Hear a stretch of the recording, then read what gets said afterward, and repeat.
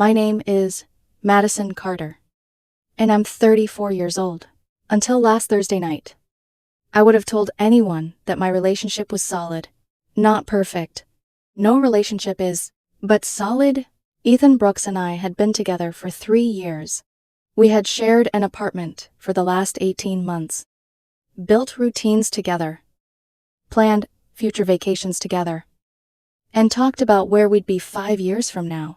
I thought we were building a life. Now I realize I was building it alone. Looking back, the warning signs seem embarrassingly obvious.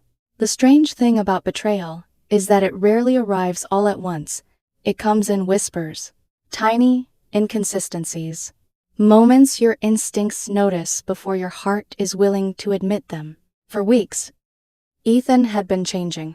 At first it was small. His phone was suddenly always face down. Every conversation seemed interrupted by incoming messages. We would sit together on the couch, watching television, and I'd see the corners of his mouth lift as he stared down at the screen. Smiling, laughing, typing, always typing. "Who are you talking to?" I'd ask. "Work friends." Or, "My old college roommate." The answers came quickly. Too quickly, but they sounded reasonable enough. And when you love someone, reasonable is often all you need.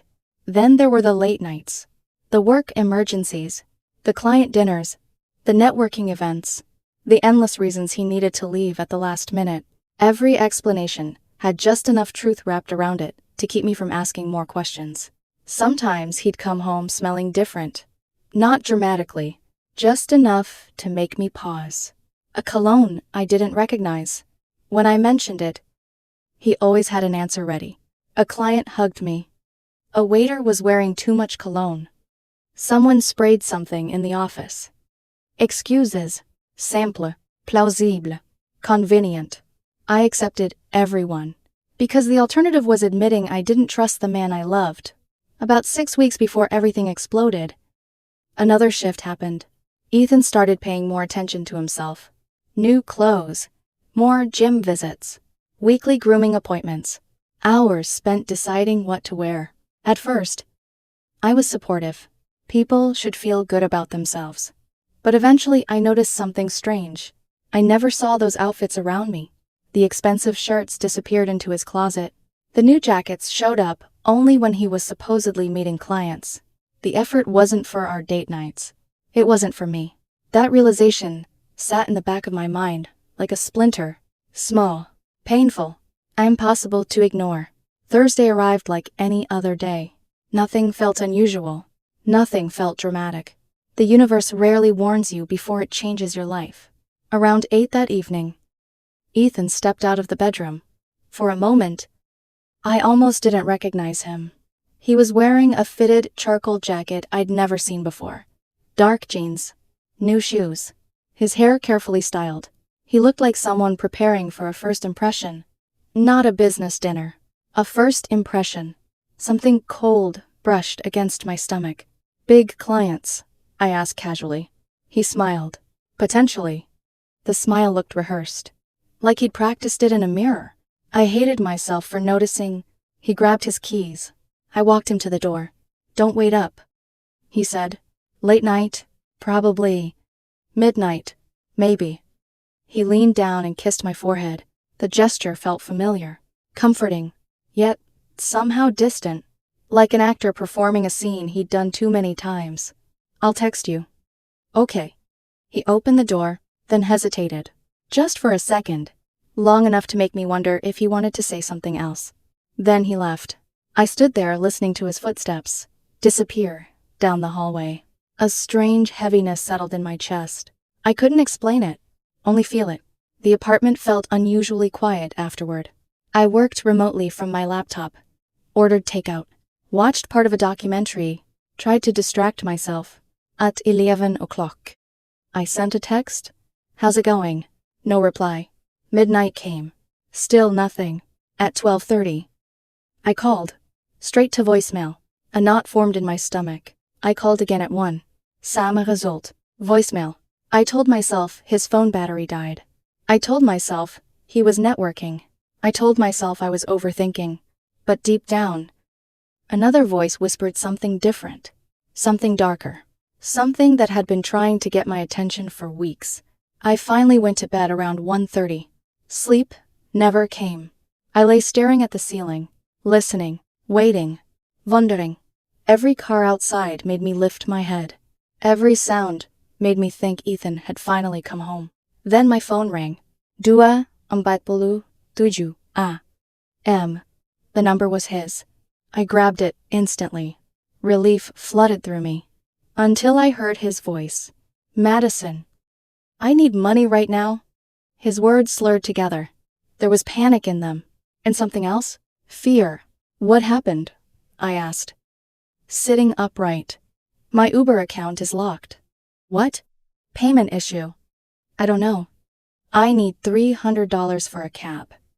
I blinked. 300. My pulse quickened. Where are you? That doesn't matter. It absolutely matters. Just send it. His tone was sharp, desperate, almost demanding. The request made no sense. Nothing about this made sense. How did you get there, if your Uber wasn't working? A pause. Someone dropped me off. My stomach tightened. Who? Oh my God. Madison. Who? It doesn't matter. The splinter I'd ignored for 6 weeks suddenly became a knife. Everything clicked. The late nights. The secret messages. The new clothes. The rehearsed smile. The silence. The missing texts. The impossible $300 cab ride. For a moment, neither of us spoke. Then I heard myself say the words. Calmly, coldly, almost effortlessly. Ask the woman you went out with tonight. Silence. Complete silence. Even the street noise behind him seemed to disappear. What? You heard me. You're being ridiculous. Am I? It was a work dinner. At 3 in the morning, his breathing became uneven, defensive, cornered, and somehow that told me more than any confession could. You're paranoid. And you're lying? Another silence, longer this time. Then anger, sharp and immediate. Are you seriously leaving me stranded? No.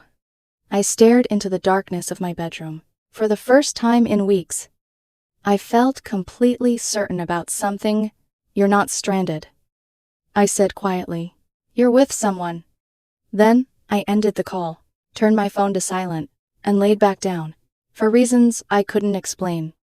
I slept better that night than I had in months, because somewhere deep inside me, I already knew the truth was finally coming.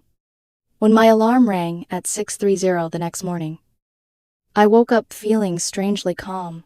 Not happy, not relieved, just calm. The kind of calm that comes when your worst fear has finally stopped being a fear and become a fact. I reached for my phone. The screen lit up with notifications. 17 missed calls from Ethan. 23 text messages. The first few were angry. Why aren't you answering? This isn't funny. Send the money. Then came the desperate ones. Please call me. I just need to get home. I'm scared. And finally, the guilt. I can't believe you'd do this to me. After everything we've been through, I would never leave you stranded. I read them without feeling much of anything.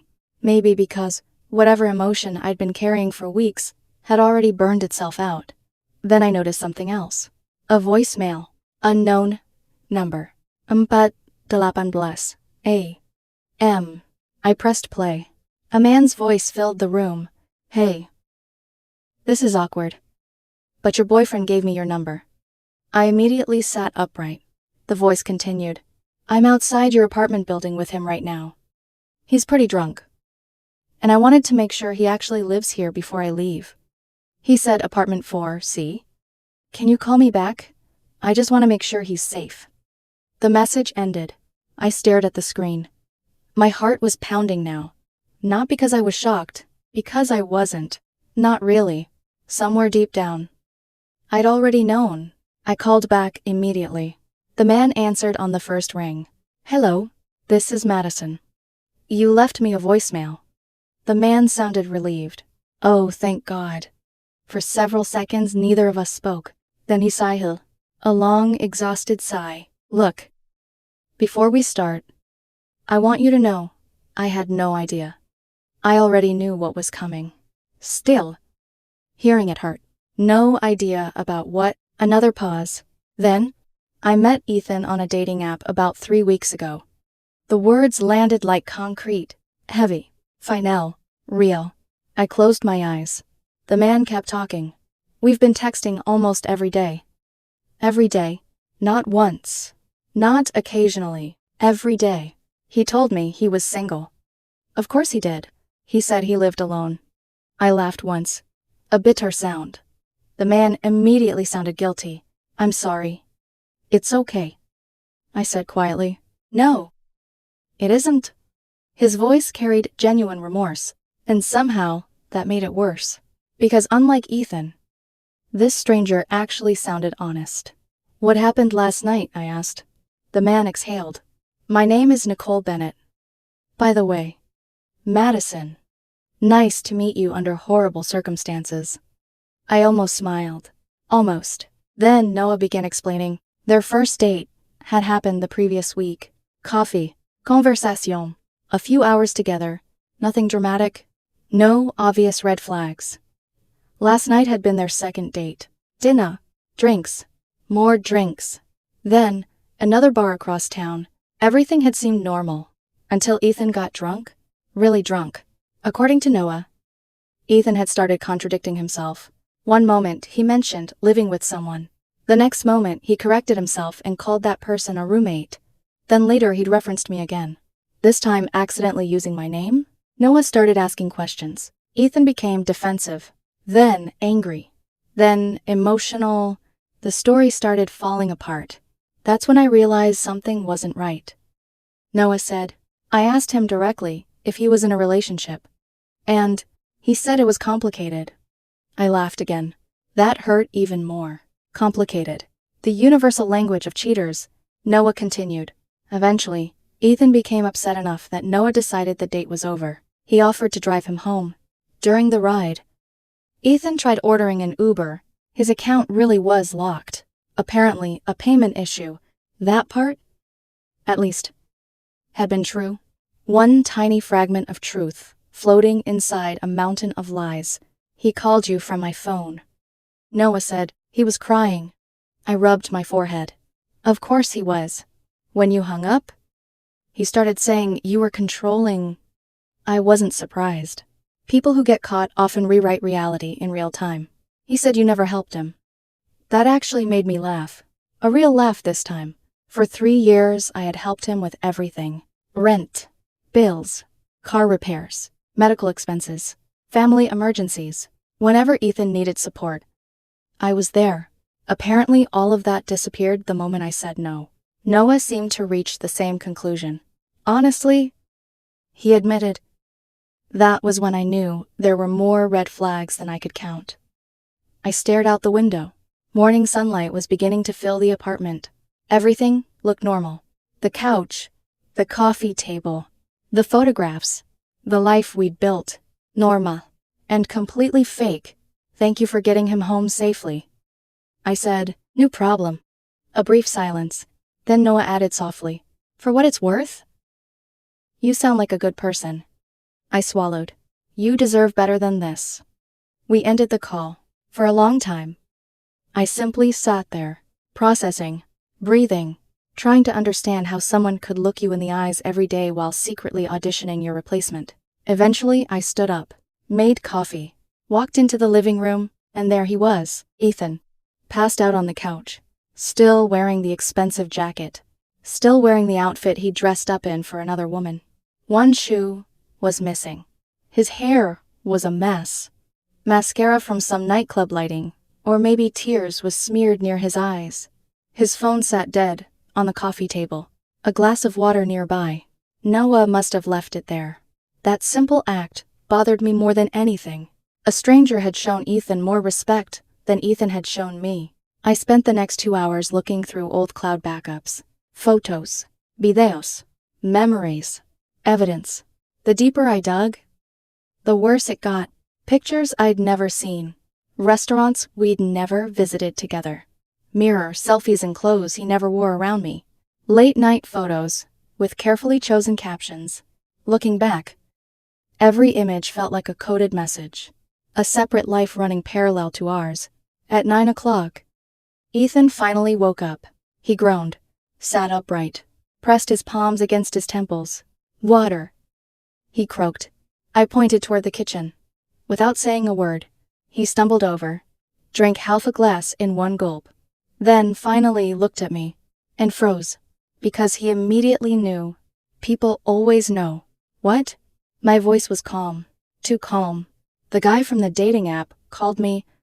The color drained from his face. Immediately. Completely. For a second he looked like he might throw up. Then came the sentence, "Every cheater seems to memorize." I can explain. I almost laughed. Can you? It's not what you think.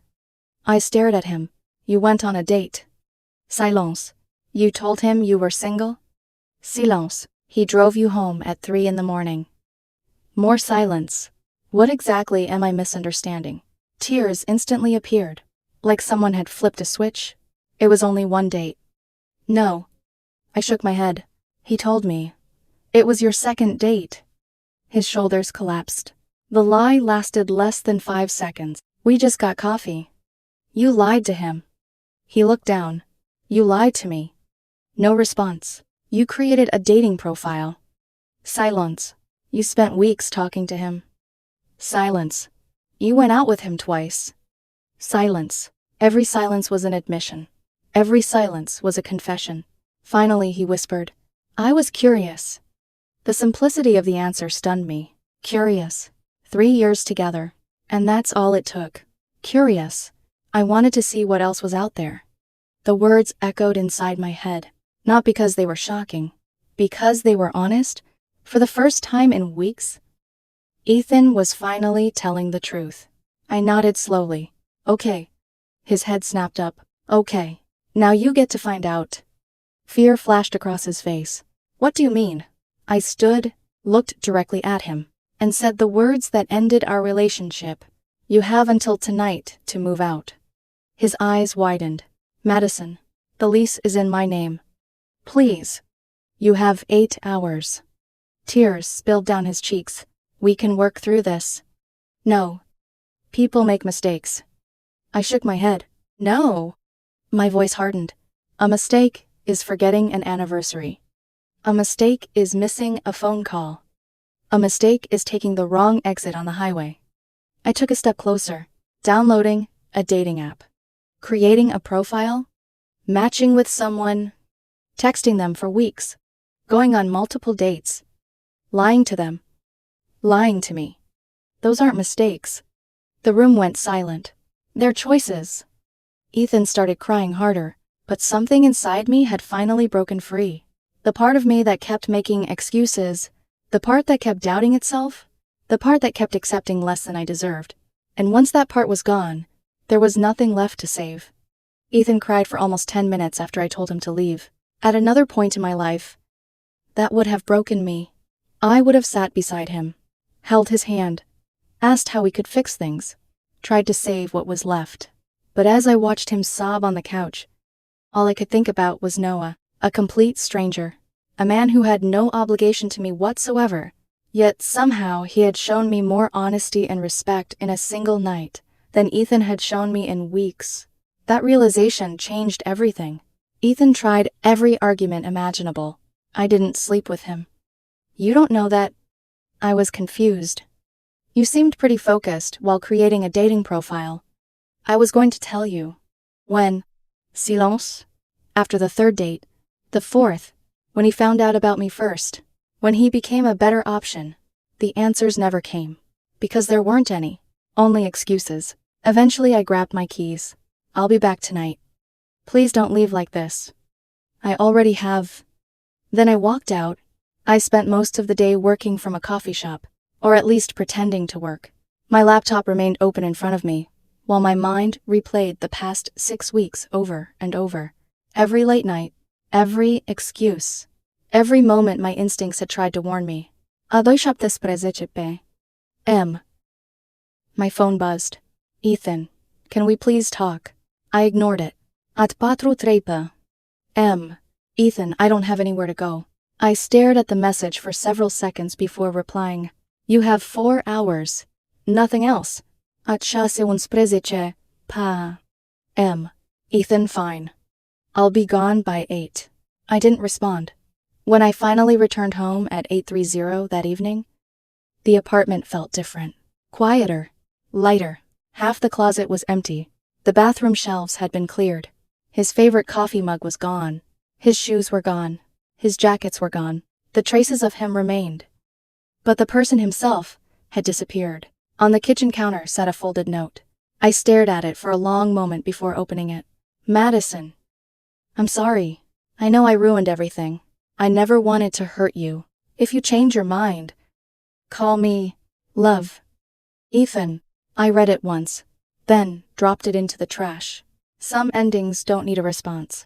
The next 3 days were surprisingly peaceful. No arguments, no lies, no anxiety every time someone's phone buzzed.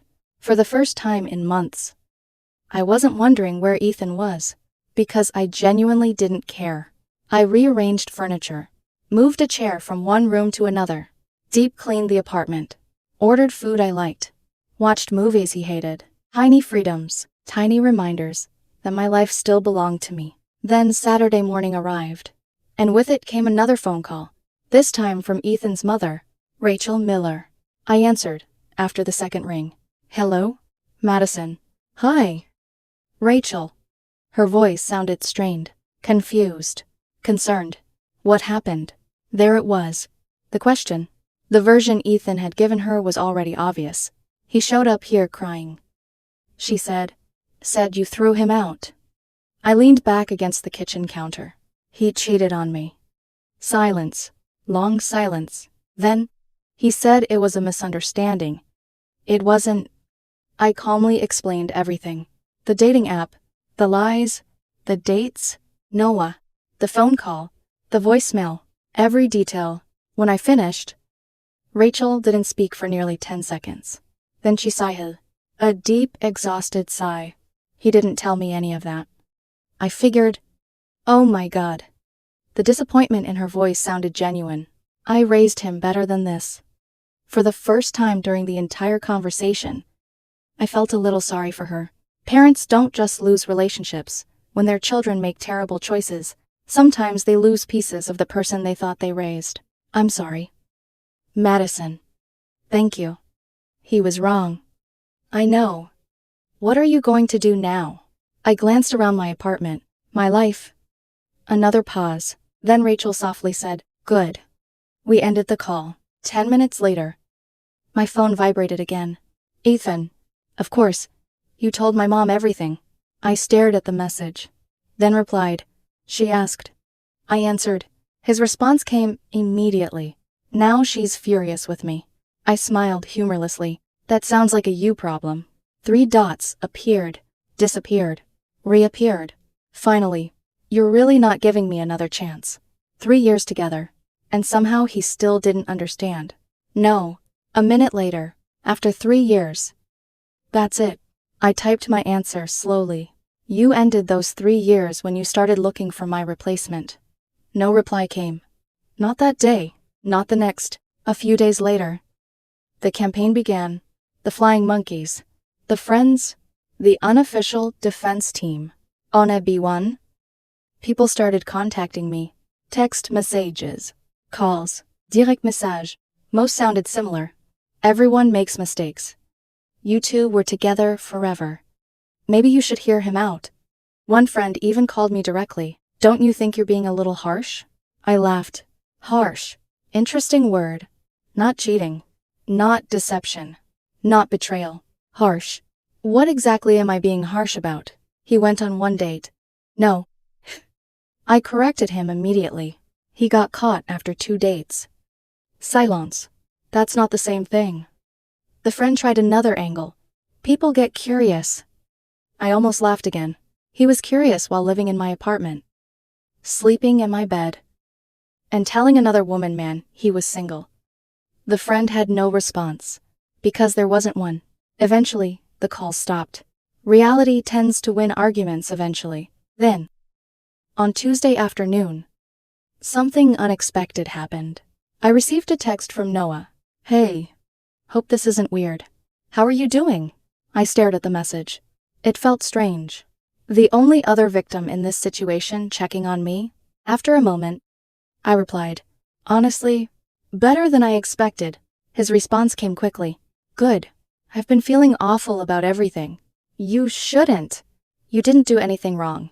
Maybe not, but I still hate that it happened.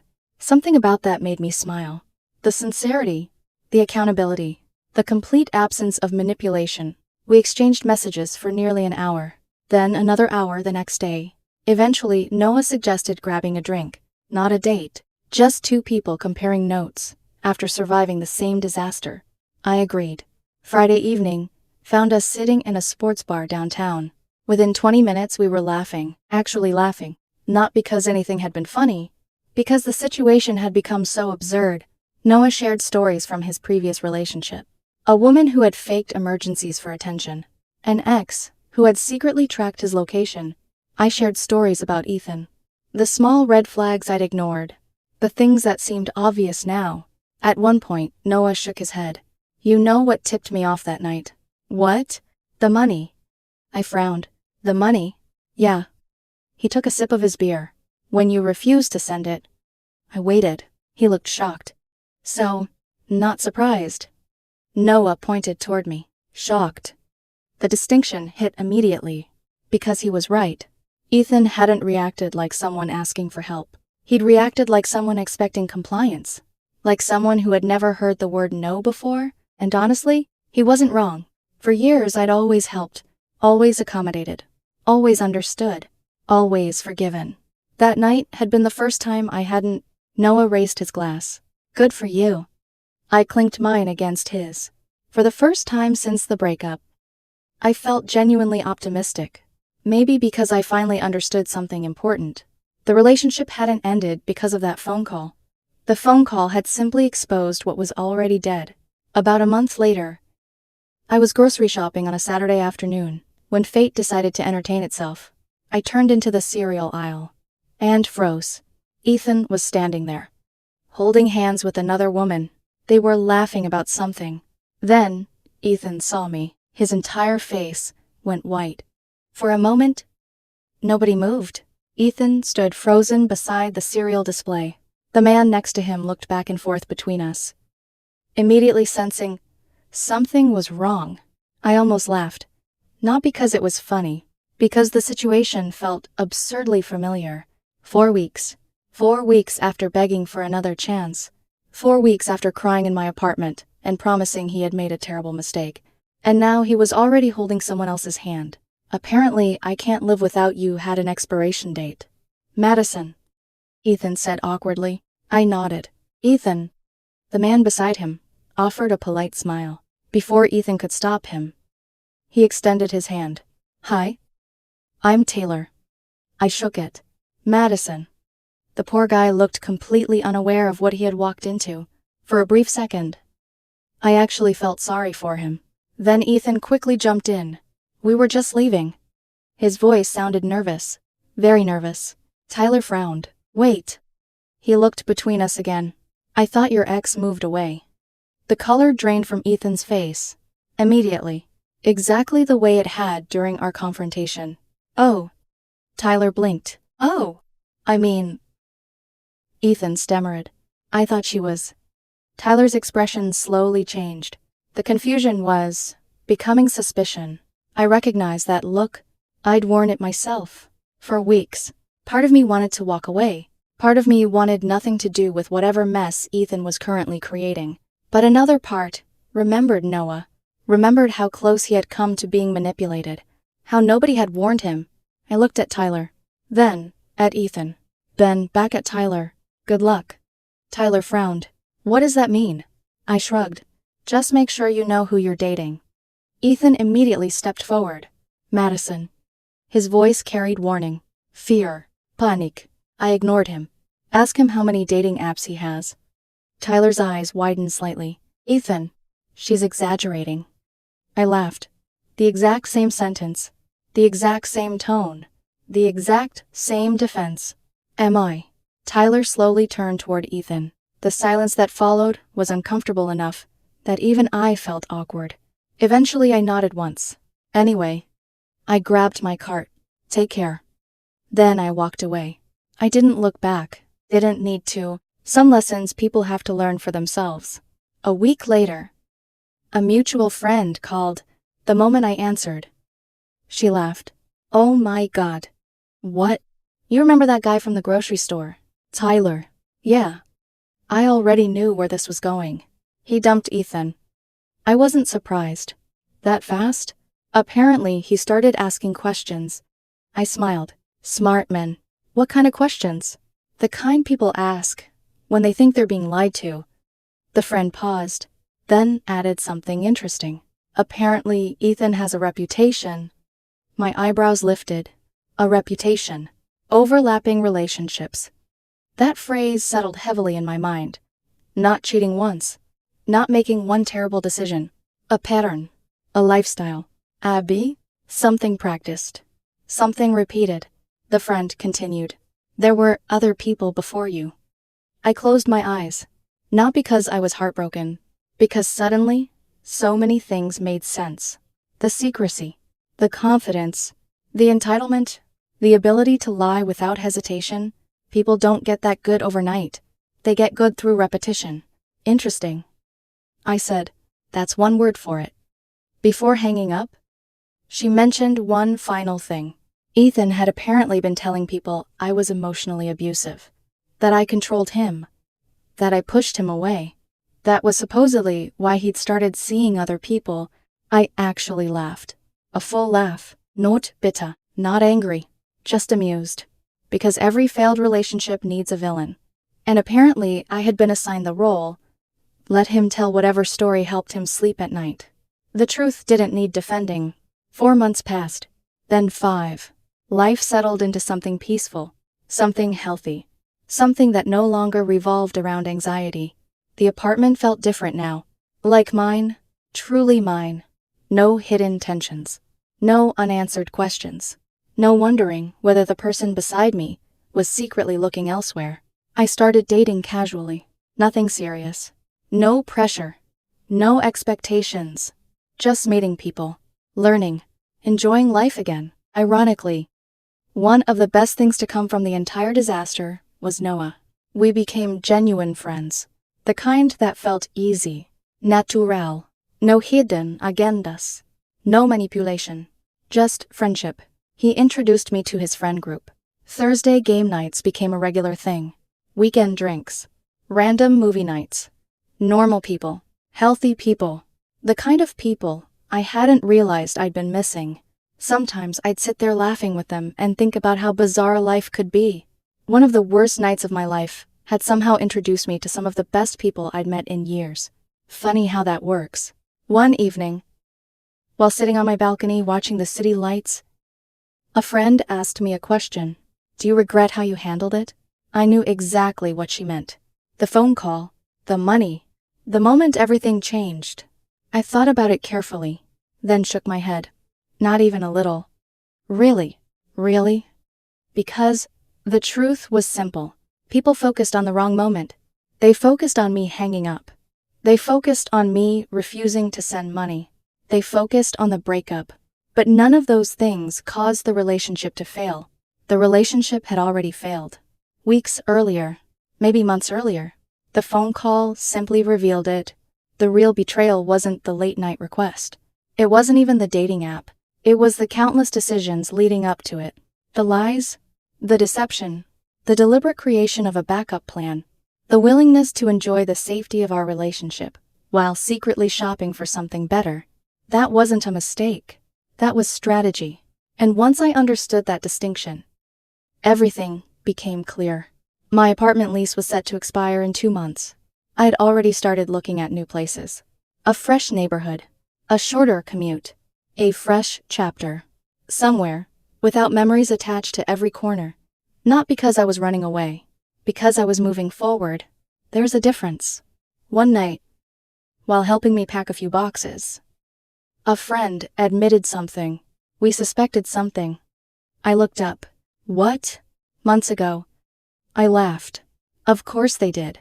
Why didn't you say anything? My friend looked uncomfortable. Because you seemed happy. That answer hit harder than expected.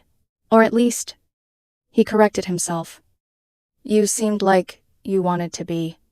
I thought about that for a long moment, because he was right.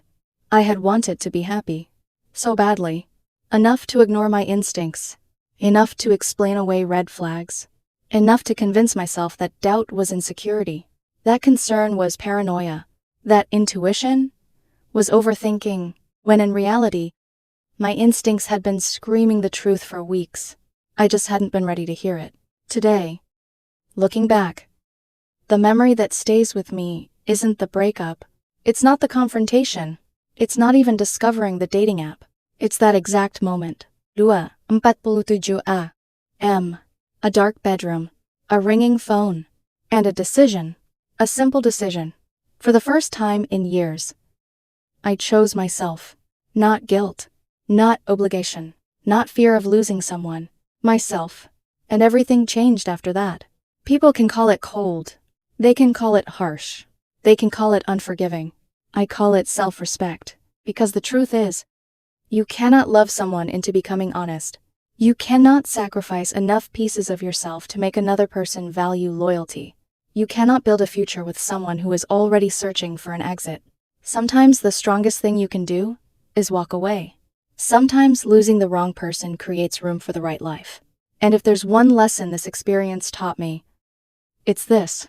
Trust your instincts. The truth usually whispers long before it screams. Mine started whispering weeks before that phone rang. At 2:47 a.m. I finally listened, and honestly, it was the best decision I've ever made.